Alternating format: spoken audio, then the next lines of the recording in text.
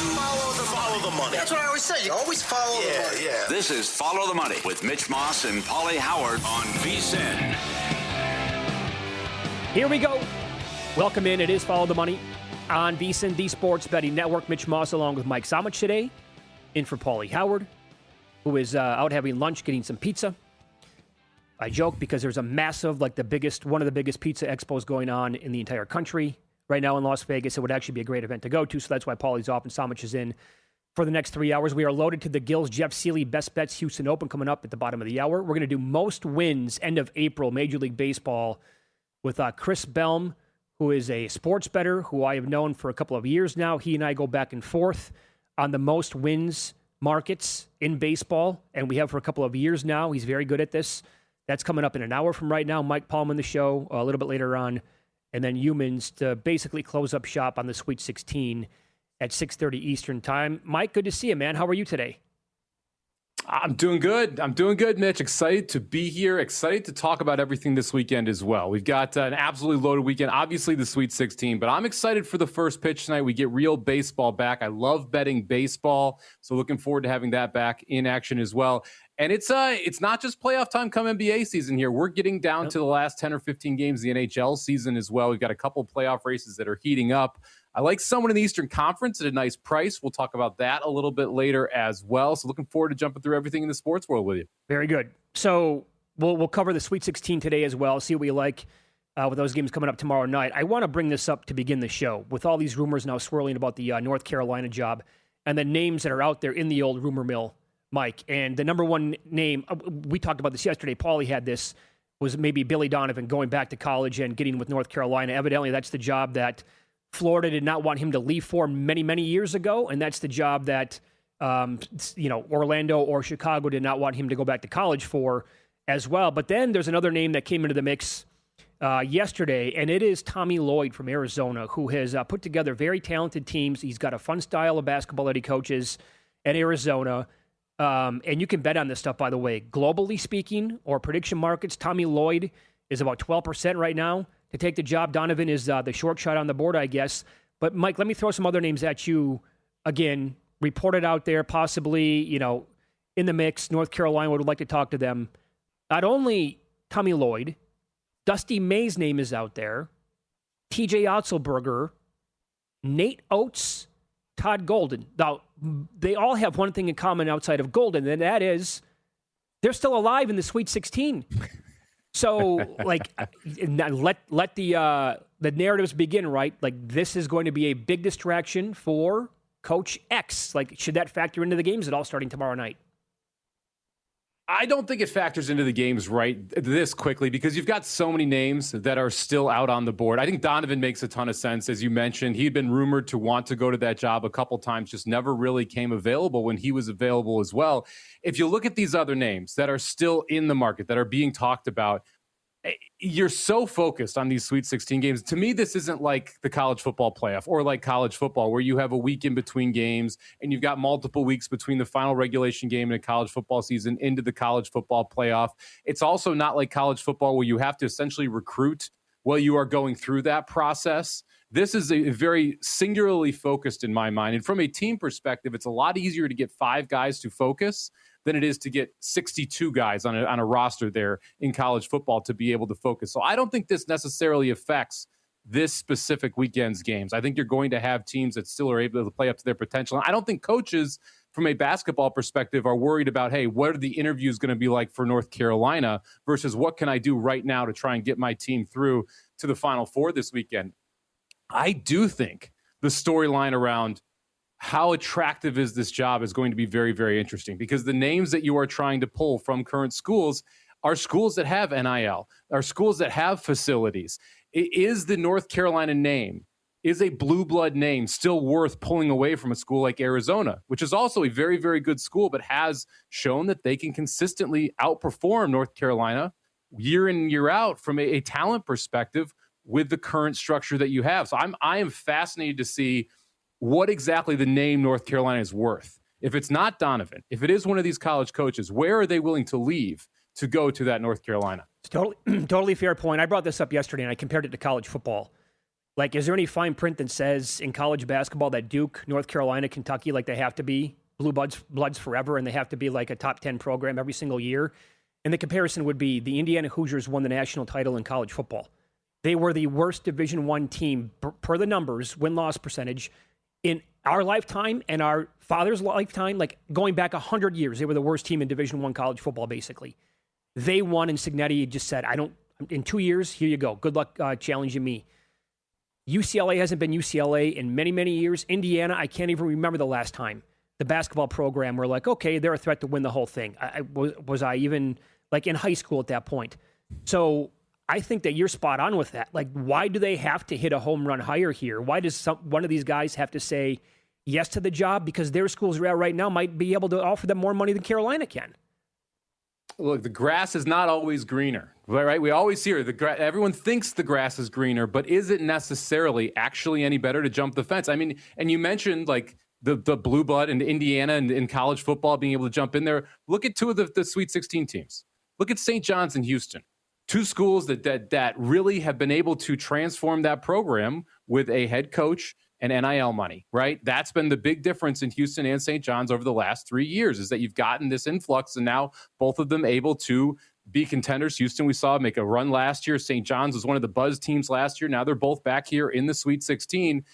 You don't need to be a name. You don't need to be Duke. You don't need to be North Carolina. You can be some of these other schools and be able to go out and get talent in today's current environment. If that's the case, then you have to take a long, hard look, especially if you're somewhere like Arizona, where you are proving right now you can have success there. Do you really want to jump for North Carolina, where the pressure gets ratcheted up, where you're competing with Duke for recruits right there on your back door?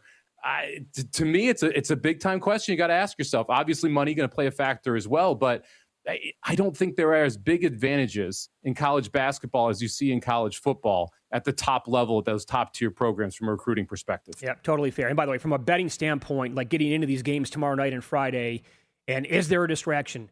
Like, I doubt there's anybody in the world who has a database that said, okay, in the last 30 years in any sport, when there's a distraction out there, this is how the team does ATS or ROI. I don't think I'm going to factor this into my handicap of these games at all in the Sweet 16. I'm not going to. And by the way, if it would be like the ultimate told you so, because if Tommy Lloyd eventually takes the job at North Carolina and they happen to lose to Arkansas, people are going to say, told you, must have been distracted. I'm like, was it really that? Do we know for sure like that's 100% the reason? You're not interviewing. You're not preparing to interview. Like there's a bunch of reasons why people say it's a distraction in football, and it's a distraction for the players.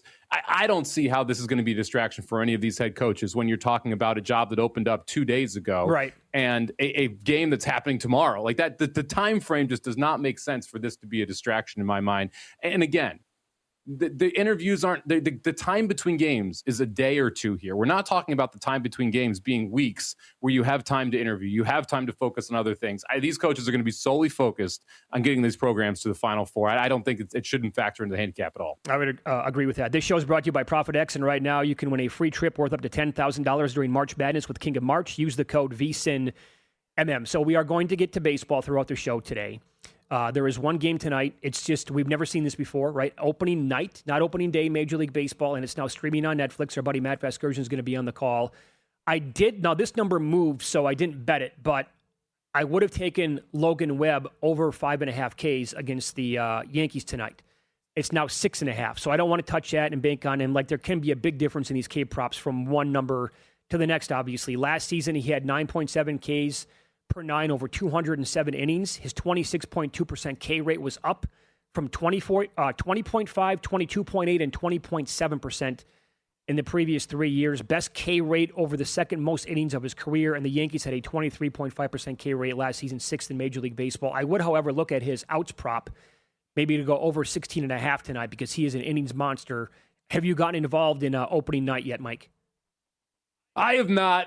I kind of want to. I kind of want to take the under here, but I have not jumped on anything quite yet here.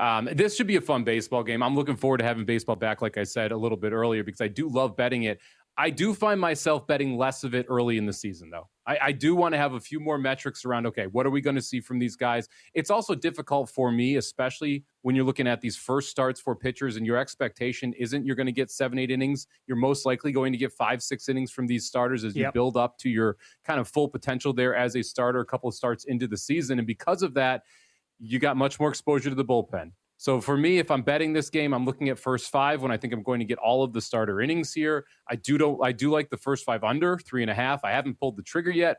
Probably will because I want a little bit of action because I'm going to have this game on the TV here before the first pitch is off. But to me, the third and fourth week of baseball, when you've been through the rotation a couple times, you're starting to see starters go a little bit deeper into games. You understand the rotation of the bullpen, who is going to come in at what innings.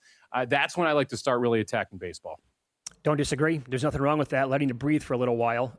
Logan Webb, by the way, for the record, has pitched at least 6 innings or more early on in the season in 4 of his 6 starts over the last 3 years, meaning 2 starts in each season. He's pitched a grand total of those 6 games, 6+ innings 4 different times. So he can go at least deep into these games to begin. We're going to do this in about an hour with Chris Baum, the most wins. It's one of my favorite markets to bet in all of Major League Baseball.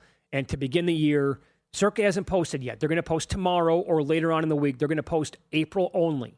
But DraftKings and Caesars, they have up either like most wins in March and April or most wins by the end of April. Do you dive into that? I like to look at it. I've yet to bet it because I do not live in a market where it is available to me. However, it's a fun way to get a big number. I know that you guys have chased some pretty big numbers here in the month-long bets. It's fascinating to look at the schedules and try and figure out where the advantage is inside the schedule inside such a short time period. Up next, we're going to hit the NBA and the NHL. I felt confident in saying this was the best night in quite a few days to make this particular bet in the NBA, but now this.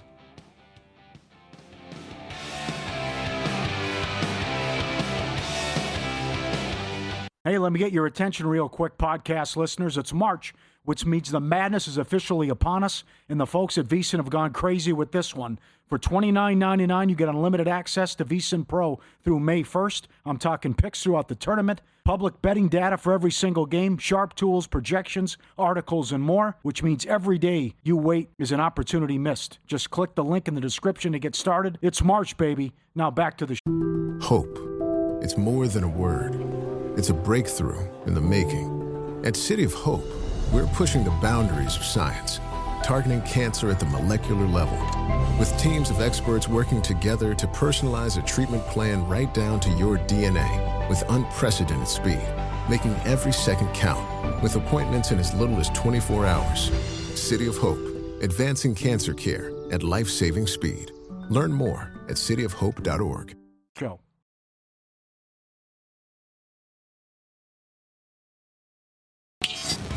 This is Follow the Money on VSiN. Good to have you on board. Thanks for watching YouTube TV, listening on Sirius XM channel 158, iHeartRadio, TuneIn Radio, or any of our great affiliates across the country. Mike Somich in today for Paulie Howard. Jeff Sealey is going to join the program. Best Bets Houston Open coming up in about 15 minutes. Mike, you also obviously big horse racing guy here at the network. You love betting on hockey. We touched on this yesterday with Jonathan Davis. The schedule in hockey. I mean, 1 game Monday night, 15 last night, 2 tonight, and then you come back with 100 again tomorrow night. It's so weird. Yeah, it's interesting. They've tried to create these big days on the weekends, which I love, where you have games that start at 10, 11 a.m. and they go all the way until 6 or 7 o'clock on the West Coast. And you're kind of rolling the starts so that you're able to decide which games you want to watch, but you're able to catch a little bit of all of them. However, you have nights like this, which just are completely like mind-blowing to me. We have a condensed schedule as it is because the Olympics were this year. So you essentially had a 3-week, 4-week break for the All-Star game, which is when what usually would be there. And that's usually 5 days.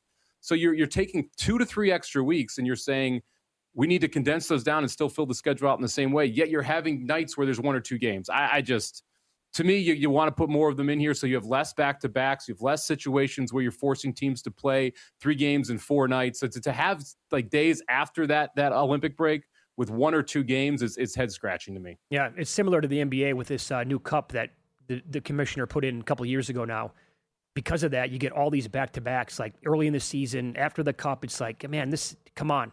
At some point, just say, the cup was fun while it lasted, but let's abort that whole idea. So tonight, with only 2 cards, you do have a best bet, though, right, in hockey?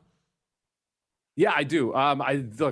This is one of those teams, this Buffalo Sabres, which I want to try and back as much as I can. They had won 12 of their last 13. They lost in overtime to an Anaheim team last time out. Now they're heading back home after a West Coast swing, and they get the Boston Bruins. This is a big game for both of these teams. I mentioned the open. We're down to about 15 or so games left in the NHL schedule. Boston right now holding on to the final wild card spot in the Eastern Conference, so obviously a huge game for them. Buffalo on the other side, currently a 2-point lead in the division over Tampa Bay, and they also have they're down one game. So Tampa Bay has played one less game, so essentially we can call it tied there for the division. Buffalo needs to win these games. This is a big spot for them at home to be able to try and stretch out that lead against Tampa Bay. I trust this Buffalo offense more than almost any singular unit inside the NHL right now. It's one of the elite units. They're going to be able to score goals, and this is a Boston team that can struggle putting the puck in the net. I think Buffalo able to get it done tonight. I'm willing to lay the goal and a half here. I'll take them at plus 125, minus a goal and a half tonight against Boston at home. It's a super exciting brand of hockey. Look no further than their game I think it was on Sunday night against the Anaheim Ducks. Wild back and forth affair, right? So were you ever a buyer throughout the regular season on the Sabres? Because I know you have a bet coming up that you're going to share to win the East right now, but did you ever think of, or did you actually make a bet on Buffalo to maybe win the Cup or win the East? I did not. I kind of wish I did, specifically the East. Look, I think it's a very interesting year inside the NHL because the Eastern Conference at the top isn't great, but the depth of the Eastern Conference is significantly better than the West. I'll take the teams at the top of the West. I'll take your Colorados. I'll take your Dallases. I'll take your Minnesotas. I think those are your real Stanley Cup contenders. However, the depth in the East is significantly better than that depth in the West. You could basically make a case for anyone who makes the playoffs to be able to win the Eastern Conference because there are serious flaws in almost every single one of these playoff teams in the East. I wish I had a Sabres number to win the East because you look at the favorites right now, Carolina, Buffalo, the Penguins, the Canadiens. I like Buffalo by far the most of those teams. The Hurricanes have the best structure defensively, but they just can't score goals. And that's going to be a big issue for them, again, once we get to the playoffs. So I wish I had a better number or had a number on Buffalo. I don't want them right now at the current number sitting there at 7-1. But at the same time, they to me are one of the more attractive teams here. If I was going to take a swing, they would be second or third on the list for me to take a swing with. Very good. Okay, so in the NBA tonight, we get a bunch of games as well. Have you been doing the tanking parlay like on a daily basis, or do you pass on that just because you got to put together 6-7 teams to get it even close to like even money usually? I have not been playing the taking parlay. Now, I one of my New Year's resolutions was to stop betting the NBA in the regular season because I was not good at betting the NBA in the regular season. I always it was the sport I struggled the most with. We always talk about make sure you track your bets. I track my bets every year, have a spreadsheet broken down by sport, props, totals, sides, the whole thing.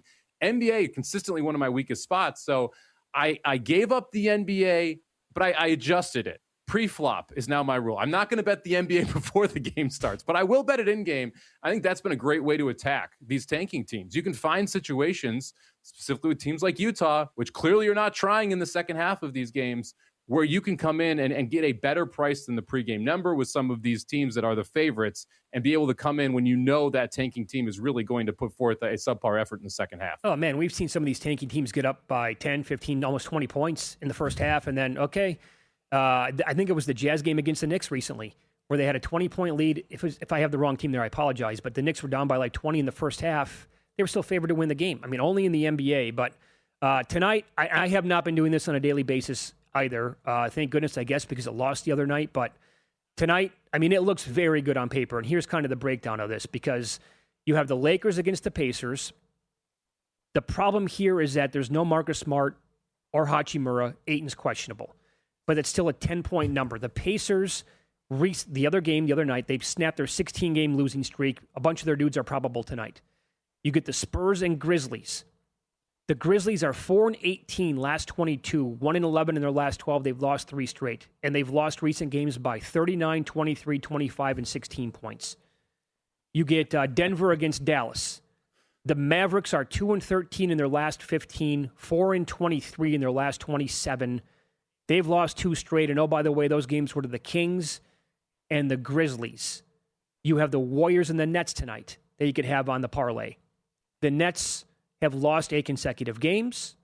They are 2-18 in their last 20, 5-28 in their last 33. They lost by 35 at Portland on Monday, and their injury report tonight is like every player on the team the way it looks. And the last game would be the Blazers against the Bucks. The Bucks lost by 33 at the Clippers, but they did beat the Suns over the weekend on the road. They are 3-10 overall in March. Their other two wins were over Indy and the Jazz. But if you put all those teams together, Mike, when I checked it a little bit earlier at DraftKings anyway, it was minus 114. It feels like tonight's the night almost to get involved because right? I mean, I guess you could say that every day in the NBA. And it didn't win the other night. You could. I mean, you got the Wizards and Jazz going at it as well. Two teams that are tanking together. Look, this does feel like a pretty safe night to go after it. This is a Bucks team that has pretty much given up everything on that front. To me, the one that a lot of people would push back and say is the least interesting is that Lakers at Pacers. I kind of like the Lakers at the Pacers minus the 9.5 right now in the market because what we've seen offensively when you've got Luka and you've got LeBron and you've got Austin Reeves all playing well together, that's been a team that is able to win by double digits consistently. It's not a team that's played an overly large amount of close games. It feels like they're going to be able to blow out the Pacers there. So I've not been involved in this in the past, but to your point, it does feel like this is one of these safer nights to get involved, especially since you have a couple of these teams that have been a little frisky or coming off a win. That leads me to feel like they are going to kind of up their tanking levels here tonight. Yeah, I did get involved straight on one game, and it's a partial hedge based on my Charlotte Hornets division ticket. The Hawks have been red hot, one of the best teams in basketball for more than a month now. They're at the Pistons. This number moved a little bit earlier today, but at BetMGM, I was able to get up to 3.5 points with Atlanta and lay 20 cents with that. So I'm hoping that Detroit can win this game by 1, 2, or 3 points, and I can cash that ticket. The Hawks would be a loser there then outright, and then that would be a really good thing for those of us who are holding Charlotte to win that division. That's some pretty big numbers. Follow the Money is brought to you by ProfitX. If you're not on ProfitX yet, now is the time. Sign up by April 6th, purchase at least $25 and get a free $25 as well. Then jump into their King of March contest. You could win free trips worth up to $5,000 or even $10,000. All you have to do is use the code VSINMM, make your first purchase, then learn about the contest on their homepage and start playing. No entry fee is required. Hit $1,000 in volume, you're entered to win the $5,000 trip. Hit $10,000 in volume, you're in for the $10,000 trip. With 10 picks, hit the volume, and every additional 10 wins gets you another entry. Download ProfitX, use the code VSINMM, make your first purchase, and take your shot at becoming the King of March. You're also a big horse racing guy, but you said to me during the break that Wednesday afternoon's not typically great for this sport to bet on. What are you looking for? This weekend, though, should be a big one for everybody to pay attention to, yeah? Yeah, Monster Day over at Gulfstream Park this weekend. We've got 14 races culminating in the Florida Derby. I've been very high on Chief Wallaby. If you followed VSiN at the track, we've talked about kind of some of these Kentucky Derby horses that we're expecting to see. And Florida Derby is going to be the best prep of the entire season here. You've got Chief Wallaby, who is in this race. You've got a horse named Commandment, who actually beat him last time out. A horse called the Puma, who won the Tampa Bay Derby last time, who's going to go over and try the Florida Derby here. And you also have Nearly, who won a local prep here, who's one of the favorites as well. So you have 4 of the top 10 choices right now in the Kentucky Derby future pools, all facing off. Whoever wins this race, I think should be your favorite in the Kentucky Derby. We'll see if we're going to be able to get that inside the market. I still like Chief Wallaby. I think it's the best 3-year-old we have right now. Very good. Jeff Sealey next. Houston Open bets off his first outright winner last week with Matt Fitzpatrick, and there's no Scotty now. He withdrew. So what do we do from a betting standpoint? This is Follow the Money on VSiN. Quite the weekend coming up for those who live in the Houston area. Tomorrow we get the Houston Open. That starts. And then, of course, that'll be a 4-day event. Tomorrow, early evening, you get the Sweet 16 right in the middle. Astros opening day at home against the Angels. Pretty good. And we head out to the Progressive guest line now as a longtime friend of the show. Jeff Sealey joins the program now to talk about the Houston Open. You can follow him on X at Cupmaker Jeff. And the Cupmaker podcast is going to be out next week. Hey, pal, thanks for the time as always. We appreciate that. Could you shoot like even par or a couple under here at this tournament? Oh, guys, I mean, this. You mean me or anybody? Okay. I certainly could not, But the beauty of it is it's a public course, right? So we're at Memorial Park here, one of the nicer public courses in the U.S. And you imagine tipping this thing out. I mean, just going out to play with your buddies and you play the distance these guys play. They're playing a par 70, 7,400. So 7,400 is kind of the barometer of a shorter, long course. If it's over 7,400, it's long. If it's under, it's short. 7,400 is about average. But when you make it a par 70, that becomes substantially longer, effectively like a 7,600 yard course. So this is going to play really long. It's going to be a really fun week. And I expect to see, hasn't been a ton of rain, so I expect to see some scoring this week. And I think the winning score will be like it was last year, 20 under or so. So you talked to Jeff, us. You mentioned that winning score. Oh, go ahead, Mike.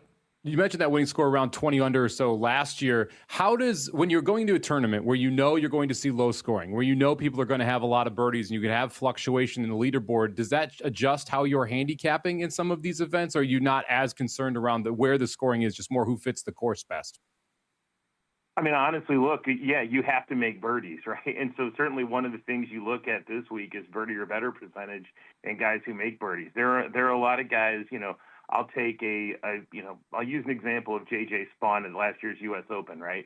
When even was a really good score and you just had to grind it out and not make bogeys. Some weeks you really look at bogey avoidance.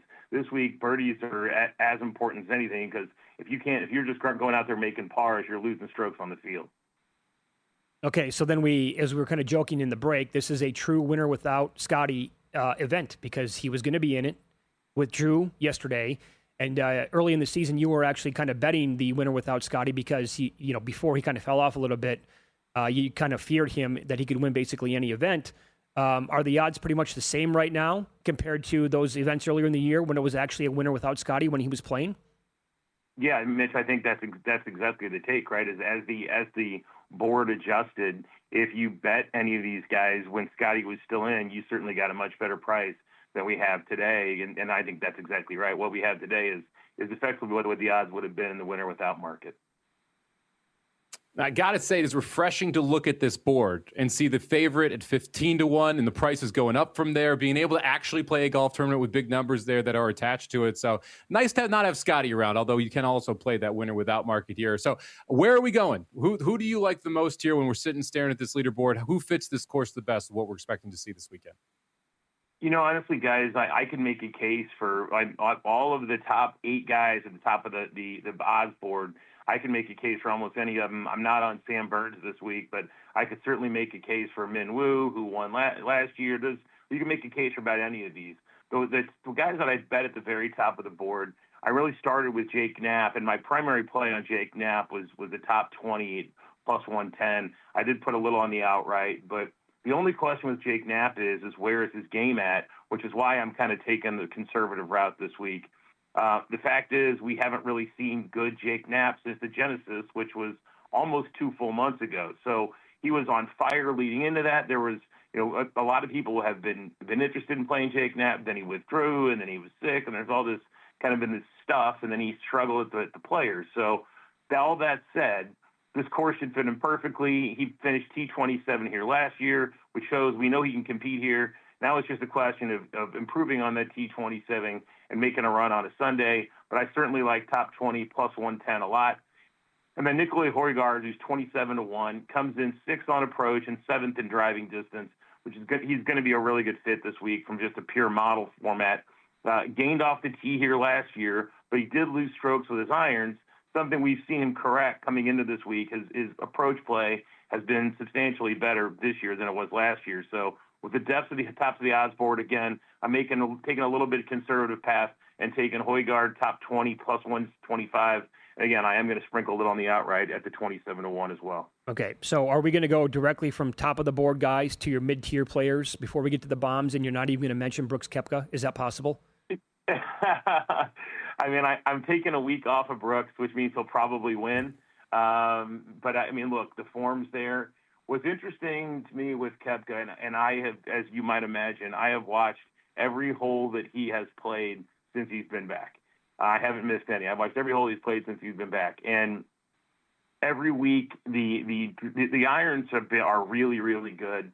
Every week the driver's a little better. and the putting's a little better, but they're still not where they need to be to win a Masters yet. So and with the depth of this field right now and just where Koepka's price is, I'm not going to play him this week yet. Does that mean I won't have him? And if he's in contention on a Sunday, I'm going to have some shares of him. But pre-flop, I'm not going to take him just because the driver has been a little bit inconsistent, as has the putting. But if we see good putting on Thursday and Friday, I can guarantee you I'm going to be on him going into the weekend. All right, so we're looking at Knapp and Nikolai Højgaard toward the top of the leaderboard. Mitch mentioned it, the middle pack. Who are we looking at here, 30+ to 1 to possibly win this tournament? Yeah, guys, so Ryan Gerard was at the top of the odds board a few months ago, and now we get him at a much more reasonable price in this 36 to 1 range. I really like his top 20 at plus 144 or so in the ties pay full market. He doesn't bomb it off the tee, but his ball striking is very strong. Having gained on approach in 7 of his last 8 events, was absolutely on fire in January, guys, when he had back-to-back runner-up finishes and then a T11. And since then, he's cooled off a little. Because of that, the price has come down. I look for Gerard to get back in form this week and at least finish inside the top 20. That's why I bet the 144. 48 to 1 seems like a great price on Wyndham Clark. Gained across the board here last year en route to a 5th-place finish. This year he comes in having gained strokes ball striking in 5 straight events. So I really like that play. And the struggles with Wyndham has been his putter, and he's really struggled with his putter lately. But he did gain over a stroke putting here last year, so maybe he can find some form on the greens, get things dialed in. Again, I played him primarily top 20 at plus 150, but I'm going to have a little bit on the 48 to 1. And then, guys, don't look now, but Tony Finau is 66 to 1 this week, is playing some good golf. And over the last 5 years, he is the number 1 in strokes gained in the state of Texas. He plays really well in Texas, has finished has 3 top 20s this year already, and is clearly very comfortable playing in Texas. So while his putting hasn't been great, it hasn't been awful. And so getting him at over 2 to 1 top 20 feels like a really good price on a guy who already has 3 top 20s this year. Again, we're in Texas where he's comfortable, and 66 to 1. I think is a really good outright to throw some piece of money on Tony Finau this week. Yeah, I mean, you might be able to get plus money on him to finish top 30, top 40 in that range as well. Is that big of a numbers out there on him? Okay, let's go to the bomb of the week, Jeff. Who are you looking at here? Guys, my guy Yellow Majaro at 94 to 1 has done nothing but play good golf in the last 6 weeks. If he plays well again this week, we're not going to see him north of 90 again. His top 20 price is better than $3, extremely appealing. In the last 3 months, he's 10th on approach and 3rd in good driving percentage in this field. He is playing phenomenal golf. T13 at Sony, T17 at Cognizant, T37 in Puerto Rico, and then just finished T5 at the Players. Get on board now, guys. Get on my guy now. I do not think we're going to see him this price for the rest of the year. Play him top 40, top ladder, this guy. 40, 30, 20, 10, and a little on the outright. I think this is our last chance to buy low on this guy. Very good. Follow Jeff on X at Cupmaker Jeff, and the Cupmaker podcast is going to return next week. He joined us here on the Progressive Guest Line. By the way, tip of the cap, nice job on Fitzpatrick to get on the outright board last week, and go get him again this week, buddy. Thanks, fellas. Take care. Yep, be good. There you go. Jeff Sealey. This part of the show brought to you by Sharp Plays, founded in 2011. The Sharp Plays just completed another dominant run, including a 2025 campaign that saw bankrolls double, 15 straight years of winning, and it's all documented. Records and logs posted publicly at sharpplays.com for full performance auditing, something that separates the Sharp Plays from most of the betting industry. When the Sharp Plays moves, sportsbooks take notice. Advanced AI tools and trusted insider intelligence, identifying price value before the numbers shift. Respected, watched, and feared. Start winning with them at sharpplays.com. Mike, I'm pretty proud of myself because, numbers for the Masters are posted for the full year. Like as soon as the event is done in a couple of weeks, I'll have them up for next year. So typically when the event comes around, I have like 10, 12 guys. I'm like, oh, God, this is dumb. I do it every single year. I'm at 6 guys, and I don't think I'm going to add any more. So I can take that. I can take 6 guys on the outrights to win the Masters. And up next, I want to run down the teams that have been the most profitable in Major League Baseball over the last 5 years. It's there's a common theme here, and Mike wants to dive in on this as well coming up.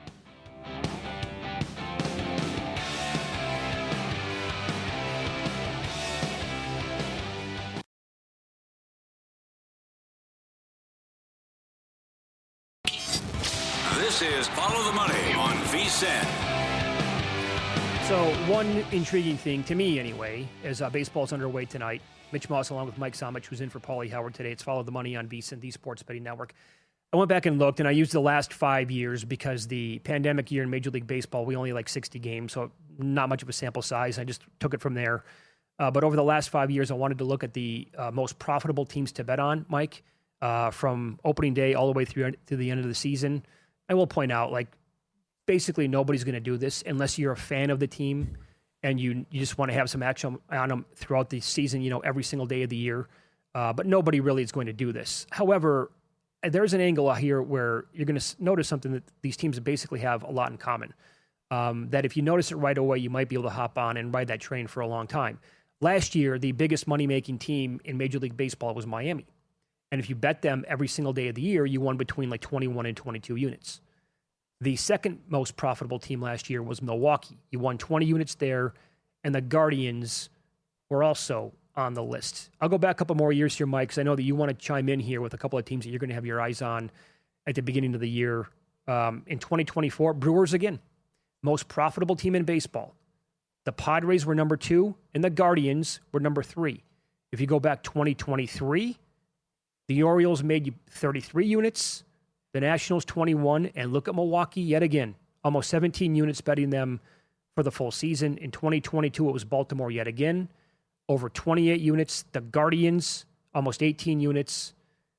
And the year before that, in 2021, it was the Giants up almost 36 units and the Mariners up almost 35 units, followed by the Tigers and the Rays. Now, the Giants are a major market team. But other than that, and Seattle's pretty big as well. You look at these teams on the list. Miami, they look to have a fire sale almost every single year. The Brewers, they trade some of their best players on an annual basis, and yet they still compete. The Guardians are an afterthought almost every single year, like no way they're going to win 80-plus games, and they do. The Orioles did it when they were down in the dumps, one of the worst teams in baseball for a 3-year stretch. It's never any of the Yankees, Dodgers, Red Sox. Those teams are not on the list. They're laying too big of prices. So I think you can maybe find a dog or two to latch onto if you think it can be a full season thing, Mike, and ride that out for a long time and probably make money again this year. Yeah, that is the number one thing that jumped out to me. No Yankees, no Red Sox, no Braves, no Dodgers, right? It's teams that are either, like last year, I think is a very good example. The Marlins, everyone hated them. Everyone hated them. So you got a big time plus number on them every single game. They don't need to win that many baseball games to have success. The Brewers, they were a 97 win team that came in with around an 82 win total, which means that they wildly overexceeded, but they were a lot of minus 110 games. They weren't going to be minus 200, minus 220, minus 250 all that often. I think you got to look at teams that are going to be dogs quite a bit if you're trying to find these teams that are going to be long-term profitable. And the first one that jumps out to me, honestly, is Miami. This is another team this year where, look, the win total is incredibly low. You're going to have them as dogs in the majority of their games. And good luck at trying to price them properly, because this is a team that is stacked with 22 to 26-year-olds, one of the youngest teams in baseball on the hitting side that you're going to have to figure out, hey, what days are they going to hit, what days they aren't. You're going to have days and stretches of the year where Miami is able to play very good baseball. You're going to have stretches of the year where they stink. If you find them to start playing well, I think they're a team that makes a lot of sense, and especially up top when you got Alcantara, who's a little bit better toward the end of last year coming off the injury, and you've got Yui Perez, who pitched very well for this Miami team. You at least have a couple stoppers at the top of the lineup as well, where, look, if you're getting Perez at a plus 150 price, that's almost an auto fire to me, because I do think that this lineup has some sneaky upside. And the same goes for and this one's a hold your nose team. Same goes for the Chicago White Sox, whose win total is at 67.5. I think it's too low. I think that division is not as good as a lot of people think that division is. I think the Tigers are very good, but the rest of it, I can poke some holes in. And they've got a bunch of not huge upside hitters, but a bunch of hitters that I do think can make contact and be able to produce some runs for a White Sox team that everyone is wildly low on. So if you're looking for these teams preseason that have an opportunity to be the highest per or profit team per $100 bet. I think you have to look at dogs, and I think Miami and the White Sox are two of the ones you have to take a long, hard look at. The other thing with the Marlins as well, I like Pete Fairbanks, the closer, as long as he stays healthy. He's a reliable guy, right? Because that's a big part of handicapping baseball on a daily basis anyway, is like, which bullpens do I trust? Because how many times are you going to go out there? A team's got a 6-4 lead in the eighth, and look at this, they end up losing, 9-6 or goes to extra innings, and a couple guys get blown up. Like, that's a guy that I think can come into most like 2-1 games, 5-4 games or whatever, and you can rely on him a whopping percentage of the time to say, all right, man, go close the door. Take care of us. We're going to get out of here with a win. So I think that's a pretty big deal for them as well. And you're right. I mean, I like the top of that rotation, including Perez, who is like one of the best still. I mean, it seems like he's been now in the majors for much longer than he has. He's 22 freaking years old. That's it. And it feels like he's been like one of the best prospects for like 4 years now. But if he can stay healthy, I think it's going to pop for that guy at some point, and it could be this year. Yeah, I don't like this is like, I have a pizza money bet at the Marlins to win the division at 40-1. I'm not saying go crazy with it, but to me, there's enough holes in the rest of that division. Philly's a little bit old. We've seen the injury issues on the Atlanta side. I do think the Mets are the rightful favorite. But let's say that Miami starts out hot, and I can then buy in on the other side of the Mets. I end up with the two of them with Miami at a monster price. I don't mind that situation at all, especially when you're talking a 40-1 price to win a 5-team division. Look, there's upside with these bats. And the age part of this is the big question mark. Again, everyone who's going to be in that lineup is basically between 22 and 26. Mm-hmm. You don't know how they're going to respond. You know there's going to be streaks where they're not going to be able to hit the baseball. But when they are hitting it, I think the rest of this team fits. You mentioned Fairbanks. I think he's a nice piece on the closing side. I also, again, as you can tell by the 40-1, I don't think that you're just going to assume it's going to be all roses and chocolates for Atlanta and for Philly this entire year. I think that they're going to be two teams that you can upset and that you can get Miami at plus 240, plus 250 on in certain spots against those two teams where, I don't mind having that bet. And that's why I do think they're one of those teams that can be profitable. Another one I think that fits this list is the Athletics, specifically when they're at home. They've got the bats to put up runs. The pitching staff isn't great. But give me variance when we're talking about teams that could be profitable over the entire season when you're betting the money line. I want situations where crazy things can happen. And when you have an offense like the Athletics at home, you're introducing variance. You're introducing the opportunity to pull off a big upset because the bats can get hot. I like it. It's good. I'm glad you brought that up because that is something that I'm going to absolutely track with Miami right away. And I will point out, so a team that I rattled off there 3 years in a row, one of the most profitable in all of baseball, I think the Brewers are going to be damn good again this year. I really do. I mean, they have an unbelievable manager. Their bullpen's going to be great yet again. And there's no more Freddie Peralta. But, I mean, don't we see this every single year with the team? They lose somebody either out of the rotation, a key player in the lineup, and it's like, it doesn't matter. Here's 95 more wins. The Brewers and the Guardians showing up on that list every single year, or almost every single year, there's a lot of similarities. They're just not sexy. They don't have the superstar pitcher. They don't have the superstar bats. They're not major cities. They both have offensive struggles at times. There are a lot of parallels that you can draw between those two teams, but they win games every single year, and that the market is underpricing them, and that's why they're consistently on this list. Yep. I would not look at the Brewers or the Guardians to win their leagues, nor would I look at them to win the World Series. I think it would just be more about betting them throughout the year, and maybe if you want to look at a playoff bet or the Brewers, I still think, because look, Lodolo hit the IL for the Reds yesterday. Lodolo, Green, always banged up. I want to like the Reds. Unbelievable. All right, it is. I can't trust the rotation. And then, the Pirates, there's so much team on the Pirates. I hope they're good. It's been a long time, but I still have the Brewers ahead of them. All right, Follow the Money, brought to you by ProfitX. And if you're not on ProfitX yet, it's the time to get involved right now. Sign up by April 6th, purchase at least $25, and get a free $25. Then jump into their King of March contest. You could win free trips worth up to $5,000 or even $10,000. Just use the code VSINMM. Make your first purchase, then learn about the contest on their homepage and start playing. No entry fee is required. Hit $1,000 in volume. Well, you're entered for the $5,000 trip. Hit $10,000 in volume, you're in for the $10,000 trip. Win 10 picks, hit the volume, and every additional 10 wins gets you another entry. Download ProfitX, use the code VSINMM, and make your first purchase and take your shot at becoming the King of March. Who do you think is going to be the worst team in baseball this year? Is it just easily going to be the Rockies, or do they have some competition? I think the Twins are going to stink too. I think the Twins are going to be really, really bad. So to me, it would be between the Twins and the Rockies for worst. I'll take a little bit of the upset. I'll go Twins. I think the Twins are going to be the worst in that division, as I like the White Sox a little bit. So I think the Twins are going to be awful this season. What about you? I think the Nationals are going to be pretty bad. Their rotation is kind of disgusting. I know that's been kind of a common pick. And I can't remember the last time. I'm from the Midwest, so being close to like the St. Louis team or that division anyway, I can't remember the Cardinals ever being this bad entering. I don't think they ever have been in my lifetime.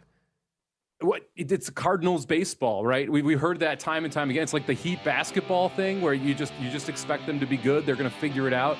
They are finally hitting the full reset button this year. They're finally saying, okay, we got to rebuild this thing from the ground up because we just cannot try to sustain this and compete for a division year in and year out. Yep. We're going to dive into most wins at the end of April in Major League Baseball coming up. Been my favorite way to bet baseball for a few years now. Now, Chris Bellm does a great job projecting win totals for the month, and he'll join us coming up next.